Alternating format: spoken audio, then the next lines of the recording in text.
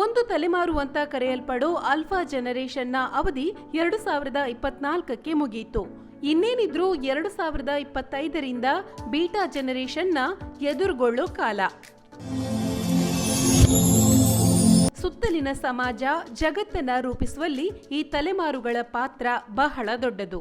Generation ಅಂದ್ರೆ ತಲೆಮಾರುಗಳು ಬದಲಾಗ್ತಾ ಹೋದಂತೆ ಸಮಾಜದ ವ್ಯವಸ್ಥೆಗಳು ಬದಲಾಗುತ್ತೆ, ಜಗತ್ತು ಹೊಸ ರೂಪ ಪಡ್ಕೊಳ್ಳುತ್ತೆ, ವಿಚಾರಧಾರೆಗಳಲ್ಲಿ, ಲೈಫ್ ಸ್ಟೈಲ್ನಲ್ಲೂ ಹೊಸತನ ಇರುತ್ತೆ. ಈಗ ಈ ಜನ್ ಬೀಟಾವನ್ನ ಸ್ವಾಗತಿಸೋ ಸಮಯ. ಜನರೇಷನ್ ಬೀಟಾ ಮಕ್ಕಳನ್ನ ವೆಲ್ಕಮ್ ಮಾಡಿ. ಬೀಟಾ ಪೀಳಿಗೆಯ ಮಕ್ಕಳು ಹೇಗಿರ್ತಾರೆ ಗೊತ್ತಾ? ಇವರು ಏನೆಲ್ಲ ಸಮಸ್ಯೆಗಳನ್ನ ಎದುರಿಸ್ತಾರೆ? 2025 ಜನವರಿ 1ರ ನಂತರ ಜನಿಸಿದ ಮಕ್ಕಳನ್ನ ಜನರೇಷನ್ ಬೀಟಾ ಅಥವಾ ಜೆನ್ ಬೀಟಾ ಅಂತ ಕರೆಯಲಾಗುತ್ತೆ. ಕಳೆದ ಅವಧಿಗೆ ಜನರೇಷನ್ ಶಿಫ್ಟ್ ನಡೆದಿರೋದು 2010ರಲ್ಲಿ. ಅಲ್ಲಿಂದ 2024ರವರೆಗಿನ ಮಕ್ಕಳ ಜನನವನ್ನು ಆಲ್ಫಾ ಜನರೇಷನ್ ಅಂತ ಗುರುತಿಸಲಾಗುತ್ತೆ. 2025ರ ನಂತರ ಜನಿಸೋ ಮಕ್ಕಳು ಜಗತ್ತನ್ನು ತಮ್ಮದೇ ಆದ ರೀತಿಯಲ್ಲಿ ರೂಪಿಸುವವರಾಗಿದ್ದಾರೆ. 2025 ಮತ್ತು 2039ರ ನಡುವೆ ಜನಿಸಿದ ಮಕ್ಕಳನ್ನು ಜೆನ್ ಬೀಟಾ ಅಂತ ಕರೆಯಲಾಗುತ್ತೆ. ಈ ಅವಧಿಯಲ್ಲಿ ಜನಿಸಿದ ಮಕ್ಕಳು ವಿಶ್ವದ ಜನಸಂಖ್ಯೆಯ 13ರಿಂದ 16% ಅಂತ ಊಹಿಸಲಾಗಿದೆ. ಈ ಮಕ್ಕಳು ಆರ್ಟಿಫಿಷಿಯಲ್ ಇಂಟೆಲಿಜೆನ್ಸ್ ಮತ್ತು ವರ್ಚುವಲ್ ರಿಯಾಲಿಟಿ ಪ್ರಾಬಲ್ಯವಿರೋ ಜಗತ್ತಿನಲ್ಲಿ ವಾಸಿಸ್ತಾರೆ. ಅಲ್ಲದೆ ಹಲವು ವಿಧದ ತಾಂತ್ರಿಕ ಪ್ರಗತಿಗಳಿಗೆ ಸಾಕ್ಷಿಯಾಗ್ತಾರೆ. ಆದ್ರೂ ತಜ್ಞರು ಈ ಪೀಳಿಗೆಯ ಬಗ್ಗೆ ಆತಂಕ ವ್ಯಕ್ತಪಡಿಸ್ತಾರೆ. ಅದಕ್ಕೆ ಕಾರಣ ಈ ಪೀಳಿಗೆ ಕ್ರಿಯೇಟಿವಿಟಿ ಮತ್ತು ಇಂಟರ್ಪರ್ಸನಲ್ ಸ್ಕಿಲ್ಸ್ಗಳನ್ನು ಹೊಂದಿರೋದಿಲ್ಲ ಅನ್ನೋದಾಗಿ ಕಂಡುಕೊಂಡಿದ್ದಾರೆ. ತಜ್ಞರ ಪ್ರಕಾರ ಹವಾಮಾನ ಬದಲಾವಣೆ, ಜನಸಂಖ್ಯಾ ಸ್ಫೋಟ ಮತ್ತು ಇತರ ಪರಿಸರ ಸಂರಕ್ಷಣೆಯ ಸವಾಲುಗಳನ್ನು ಪೂರ್ವಜರಿಂದ ಪಡೆದಿರೋದ್ರಿಂದ ಇದನ್ನು ನಿಭಾಯಿಸುವಲ್ಲಿ ಹೆಚ್ಚಿನ ಕಾರ್ಯಪ್ರವೃತ್ತರಾಗ್ತಾರೆ. ಜೆನ್ ಬೀಟಾ ಹೇಗೆ ಬಂತು? ಜೆನ್ ಬೀಟಾ ಎಂಬ ಹೆಸರನ್ನ ಗ್ರೀಕ್ ವರ್ಣಮಾಲೆಯಿಂದ ಪಡೆಯಲಾಗಿದೆ. ಜೆನ್ ಆಲ್ಫಾದ ಬಳಿಕ ಬರೋ ಜನರೇಷನ್ನ ಅನುಸರಿಸಿ ಜೆನ್ ಬೀಟಾ ಅಂತ ಗುರುತಿಸ್ತಾರೆ. ಮುಂದುವರಿದ ತಂತ್ರಜ್ಞಾನದ ಪ್ರಪಂಚದಲ್ಲಿ ರೂಪುಗೊಂಡಿರೋ ಈ ಜನರೇಷನ್ ಈ ಹೆಸರನ್ನ ಸಮರ್ಥಿಸುತ್ತೆ ಅನ್ನೋದು ತಜ್ಞರ ಅಭಿಪ್ರಾಯ. ಜೆನ್ ಬೀಟಾದ ಪ್ರಮುಖ ಲಕ್ಷಣಗಳು. ಡಿಜಿಟಲ್ ಕೇಂದ್ರಿತ ಯುಗದಲ್ಲಿ ಜನಿಸಿದ ಈ ಪೀಳಿಗೆ ನಿರಂತರ ಸಂಪರ್ಕದ, ಸ್ನೇಹ ಬೆಳೆಸಿಕೊಳ್ಳುವಿಕೆ, ಕೆಲಸ ಮತ್ತು ಕಲಿಕೆಗಳನ್ನು ಡಿಜಿಟಲ್ ಸಂಪರ್ಕದಲ್ಲಿಯೇ ನಿರ್ವಹಿಸುತ್ತೆ. ಮ್ಯಾಕ್ಸ್ ಮೆಕ್ಕ್ರಿಂಡಲ್ ಎಂಬ ಸೋಷಿಯಲ್ ರಿಸರ್ಚರ್ ಮತ್ತು ಫ್ಯೂಚರಿಸ್ಟ್ ಈ ಜನರೇಷನ್ ಬಗ್ಗೆ ಹೀಗೆ ತಮ್ಮ ಅಭಿಪ್ರಾಯವನ್ನ ವ್ಯಕ್ತಪಡಿಸ್ತಾರೆ. ಜೆನ್ ಬೀಟಾ ತಮ್ಮ ಪೋಷಕರ ಮಾರ್ಗದರ್ಶನದೊಂದಿಗೆ ಆನ್ಲೈನ್ ಮತ್ತು ರಿಯಲ್ ಲೈಫ್ನಲ್ಲಿ ತಮ್ಮ ವ್ಯಕ್ತಿತ್ವವನ್ನು ಬಲಪಡಿಸಲು ಸುರಕ್ಷಿತವಾದ ಮತ್ತು ಪ್ರಜ್ಞಾಪೂರ್ವಕ ಡಿಜಿಟಲ್ ಐಡೆಂಟಿಟಿಗಳನ್ನು ಬೆಳೆಸಿಕೊಳ್ತಾರೆ. ಜೆನ್ ಬೀಟಾ ಕುತೂಹಲ ಮತ್ತು ಒಳಗೊಳ್ಳುವಿಕೆಯನ್ನು ಬೆಳೆಸುವ ವಾತಾವರಣದಲ್ಲಿ ಬೆಳೀತಾರೆ.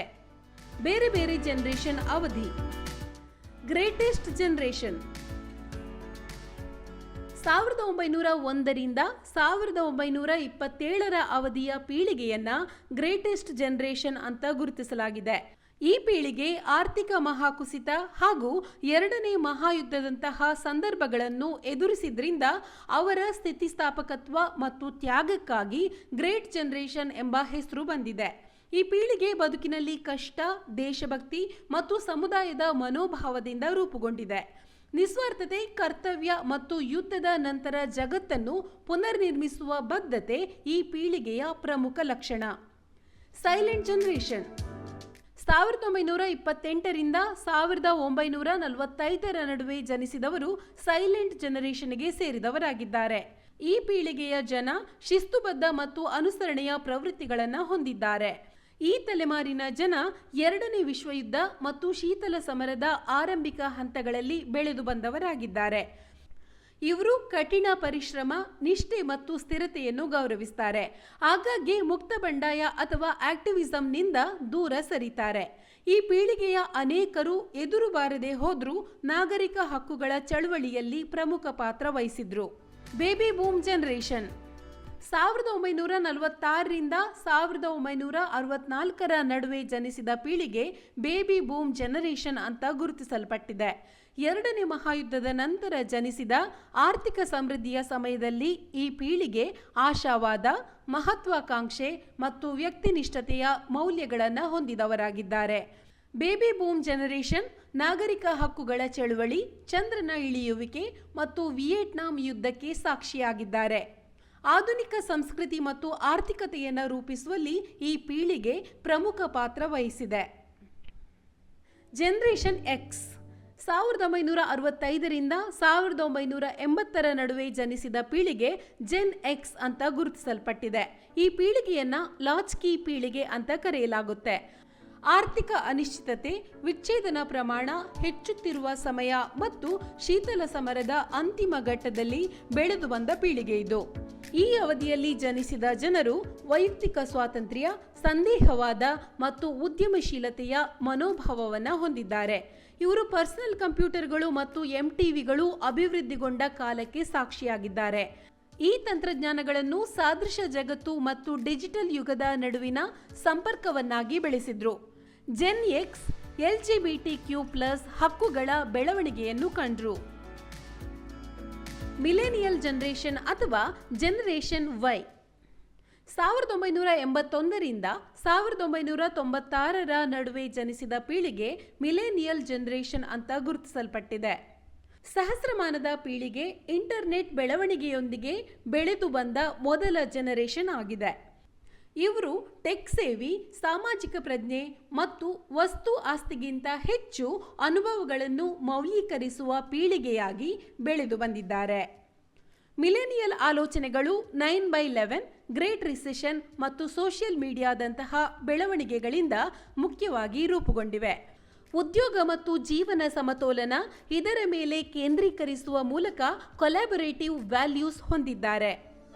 ಜನರೇಷನ್ ಝೆಡ್ ಅಥವಾ ಐಜೆನ್ 1997ರಿಂದ 2010ರ ನಡುವೆ ಬೆಳೆದ ಪೀಳಿಗೆ ಜನರೇಷನ್ ಝೆಡ್ ಅಥವಾ ಐಜೆನ್ ಅಂತ ಗುರುತಿಸಲ್ಪಟ್ಟಿದೆ.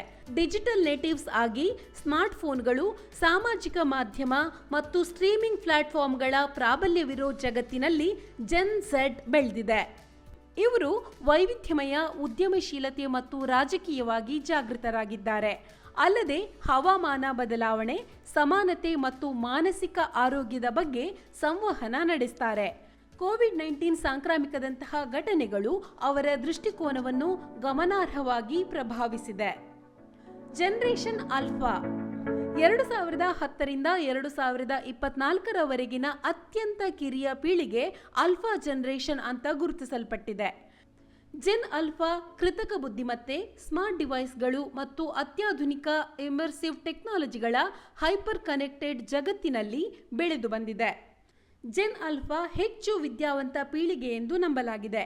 ಇವರ ಜಾಗತಿಕ ದೃಷ್ಟಿಕೋನ ತ್ವರಿತ ತಂತ್ರಜ್ಞಾನ ಮತ್ತು ಪರಿಸರದ ಬದಲಾವಣೆಗಳಿಂದ ರೂಪುಗೊಂಡಿದೆ. ಇವರು ವಾಯ್ಸ್ ಅಸಿಸ್ಟೆನ್ಸ್, ವರ್ಚುವಲ್ ರಿಯಾಲಿಟಿ ಮತ್ತು ಪರ್ಸನಲೈಸ್ಡ್ ಲರ್ನಿಂಗ್ನೊಂದಿಗೆ ಬೆಳೀತಿದ್ದಾರೆ. ಬೀಟಾ ಪೀಳಿಗೆ ಜನರೇಷನ್ ಬೀಟಾ ಇತ್ತೀಚಿನ ಪೀಳಿಗೆಯಾಗಿದ್ದು 2025ರಿಂದ 2039ರವರೆಗೆ ಈ ಪೀಳಿಗೆ ಬೆಳೆಯುತ್ತೆ. ಈ ಮಕ್ಕಳು advanced artificial intelligence, quantum computing ಮತ್ತು ದೈನಂದಿನ ಜೀವನದಲ್ಲಿ ತಂತ್ರಜ್ಞಾನದ ಅವಲಂಬನೆಯಲ್ಲಿ ಪ್ರಾಬಲ್ಯ ಹೊಂದಿರೋ ಜಗತ್ತಿನಲ್ಲಿ ವಾಸಿಸೋ ನಿರೀಕ್ಷೆ ಇದೆ. ಪರಿಸರದ ಸವಾಲುಗಳು ಮತ್ತು ಸಂಭಾವ್ಯ ಪರಿಹಾರಗಳು ಮುಂದಿನ ರಚನಾತ್ಮಕ ವರ್ಷಗಳಲ್ಲಿ ಮಹತ್ವದ ಪಾತ್ರ ವಹಿಸೋ ನಿರೀಕ್ಷೆ ಇದೆ. ಇವರು ಜಾಗತಿಕ ಪದ್ಧತಿಗಳನ್ನು ಮರುವ್ಯಾಖ್ಯಾನ ಮಾಡ್ತಾರೆ. ಹುಟ್ಟಿನಿಂದಲೇ ಸಸ್ಟನೇಬಲ್ ಮತ್ತು ಟೆಕ್ನಾಲಜಿಕಲ್ ಇನ್ನೋವೇಷನ್ಗಳನ್ನು ಅಳವಡಿಸಿಕೊಳ್ತಾರೆ.